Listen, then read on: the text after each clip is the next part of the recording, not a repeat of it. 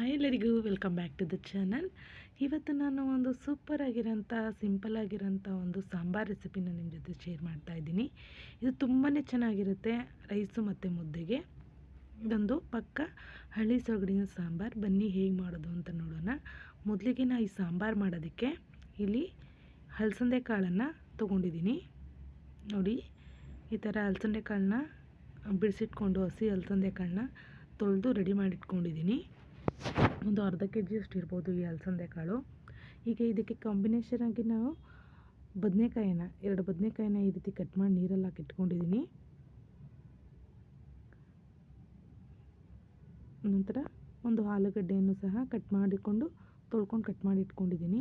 ಹಾಗೆ ಈ ಸಾಂಬಾರು ಮಾಡೋದಕ್ಕೆ ಮಸಾಲೆ ಪದಾರ್ಥ ರುಬ್ಕೊಳ್ಳೋಣ ಬನ್ನಿ. ಮೊದಲಿಗೆ ಒಂದು ಮಿಕ್ಸಿ ಜಾರಿಗೆ 1 ಕಪ್ಪಷ್ಟು ಕಾಯಿ ತುರಿನ ಸೇರಿಸ್ಕೊಳ್ಳೋಣ. ಹಾಗೆ 2 ಎಸಳು ಬೆಳ್ಳುಳ್ಳಿ, ಇದಕ್ಕೆ ಜಾಸ್ತಿ ಬೇಡ, 2 ಎಸಳು ಬೆಳ್ಳುಳ್ಳಿ ಸಾಕು ಫ್ಲೇವರಿಗೆ. ಹಾಗೆ ಒಂದು ಮೀಡಿಯಮ್ ಸೈಜ್ ಈರುಳ್ಳಿನ ಕಟ್ ಮಾಡಿ ಸೇರಿಸ್ಕೊತಿದ್ದೀನಿ. ಹಾಗೆ ಒಂದು 2 ದೊಡ್ಡ ಟೊಮೊಟೊನ ಕಟ್ ಮಾಡಿ ಸೇರಿಸ್ಕೊತಾ ಇದ್ದೀನಿ. ಹಾಗೆ ಸಾಂಬಾರು ಪುಡಿ, ನಾನಿಲ್ಲಿ 3 ಸ್ಪೂನಷ್ಟು ಸಾಂಬಾರು ಪುಡಿನ ಸೇರಿಸ್ಕೊತಿದ್ದೀನಿ. ನಿಮ್ಮ ರುಚಿಗೆ ಅನುಗುಣವಾಗಿ ನಿಮ್ಗೆ ಎಷ್ಟು ಬೇಕು ನೋಡಿ ಅಷ್ಟು ಸೇರಿಸ್ಕೊಬೋದು. ಮನೆಯಲ್ಲೇ ಮಾಡಿರೋಂಥ ಸಾಂಬಾರು ಪುಡಿನ ಸೇರಿಸ್ಕೊತಿದ್ದೀನಿ. ಹಾಗೆ ರುಬ್ಬೋದಕ್ಕೆ ಸ್ವಲ್ಪ ನೀರನ್ನು ಸೇರಿಸ್ಕೊತಾ ಇದ್ದೀನಿ.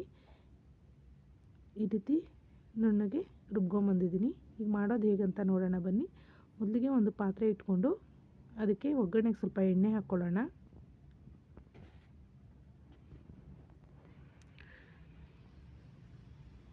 ಹಾಗೆ ಸಾಸಿವೆನೂ ಕೂಡ ಸೇರಿಸ್ಕೊಳ್ಳೋಣ. ಜೊತೆಗೆ ಕಟ್ ಮಾಡಿಟ್ಕೊಂಡಿರೋಂಥ ಈರುಳ್ಳಿ, ಒಂದು ಮೀಡಿಯಮ್ ಸೈಜ್ ಈರುಳ್ಳಿನ ಕಟ್ ಮಾಡಿಟ್ಕೊಂಡಿದ್ದೀನಿ, ಅದನ್ನು ಕೂಡ ಸೇರಿಸ್ಕೊಳ್ಳೋಣ.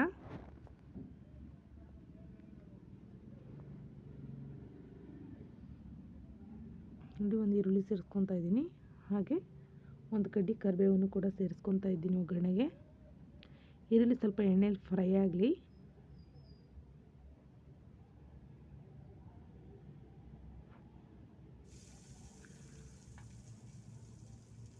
ಈಗ ಇದಕ್ಕೆ ತೊಳೆದಿಟ್ಕೊಂಡ ಹಲಸಂದೆ ಕಾಳನ್ನು ಸೇರಿಸ್ಕೊತಾ ಇದ್ದೀನಿ. ಹಾಗೆ ಕಟ್ ಮಾಡಿ ತೊಳೆದಿಟ್ಕೊಂಡ ಆಲೂಗಡ್ಡೆ, ಹಾಗೆ ಬದನೆಕಾಯಿಯನ್ನು ಕೂಡ ನಾನಿಲ್ಲಿ ಸೇರಿಸ್ಕೊತಿದ್ದೀನಿ.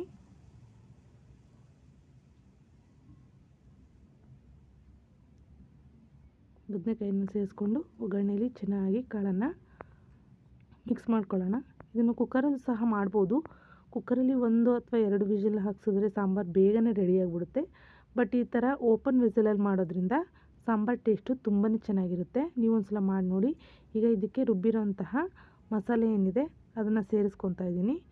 ಇದೆಲ್ಲ ಮಸಾಲೆ ಕಾಳು ಎಲ್ಲ ಚೆನ್ನಾಗಿ ಮಿಕ್ಸ್ ಮಾಡ್ಕೊಳ್ಳೋಣ. ಈ ಮಿಕ್ಸ್ ಮಾಡ್ಕೊಂಡಿದ್ದಾದಮೇಲೆ ಹಾಗೆ ಮಿಕ್ಸಿ ತೊಳೆದಿರೋಂಥ ನೀರನ್ನು ಕೂಡ ಮಿಕ್ಸಿ ಜಾರಲ್ಲಿ ಉಳಿದಿರೋಂಥ ಮಸಾಲೆಗೆ ಸ್ವಲ್ಪ ನೀರನ್ನು ಸೇರಿಸ್ಕೊಂಡು ಅದನ್ನು ಕೂಡ ಇಲ್ಲಿ ಸೇರಿಸ್ಕೊತಿದ್ದೀನಿ. ಮಿಕ್ಸ್ ಮಾಡ್ಕೊಳ್ಳೋಣ ಚೆನ್ನಾಗಿ.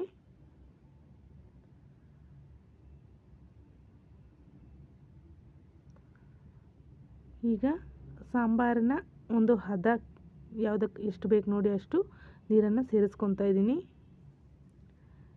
ಸಾಂಬಾರು ಎಷ್ಟು ಗಟ್ಟಿ ಬೇಕು ನೋಡಿ ಅಷ್ಟು ನೀರನ್ನು ಸೇರಿಸ್ಕೊಂಡು ಜೊತೆಗೆ ರುಚಿಗೆ ತಕ್ಕಷ್ಟು ಉಪ್ಪನ್ನು ಕೂಡ ಸೇರಿಸ್ಕೊತಾ ಇದ್ದೀನಿ. ಈಗ ಉಪ್ಪೆಲ್ಲ ಚೆನ್ನಾಗಿ ಮಿಕ್ಸ್ ಆಗೋ ಥರ ಚೆನ್ನಾಗಿ ತಿರುಗ್ಕೊಳ್ಳೋಣ. ಕುದಿಯೋದಕ್ಕೆ ಬಿಟ್ಬಿಡೋಣ. ನೋಡಿ, ಇವಾಗ ಕುದಿಯೋದಕ್ಕೆ ಸ್ಟಾರ್ಟ್ ಆಯಿತು. ಇದನ್ನು ಚೆನ್ನಾಗಿ ತಿರುಗ್ಕೊಳ್ಳೋಣ. ಹೀಗೆ ಇದನ್ನು ಕಾಳು ಬೇಯೋವರೆಗೂ, ಹಾಕಿರೋಂಥ ತರಕಾರಿ ಬೇಯೋವರೆಗೂ ಚೆನ್ನಾಗಿ ಬೇಯಿಸ್ಕೊಳ್ಳೋಣ. ನಾವು ಇದೇ ಮೆಥಡನ್ನು ಕುಕ್ಕರಲ್ಲಿ ಸಹ ಮಾಡ್ಬೋದು, ತುಂಬಾ ಬೇಗ ಆಗುತ್ತೆ. ನೀವು ಕೂಡ ಟ್ರೈ ಮಾಡ್ಬೋದು. ನಾನಿಲ್ಲಿ ಪಾತ್ರೆಯಲ್ಲಿ ಮಾಡ್ತಾಯಿದ್ದೀನಿ. ಸಾಂಬಾರು ಬೇಯ್ತಾ ಇದೆ, ಚೆನ್ನಾಗಿ ಬೆಂದಿದೆ.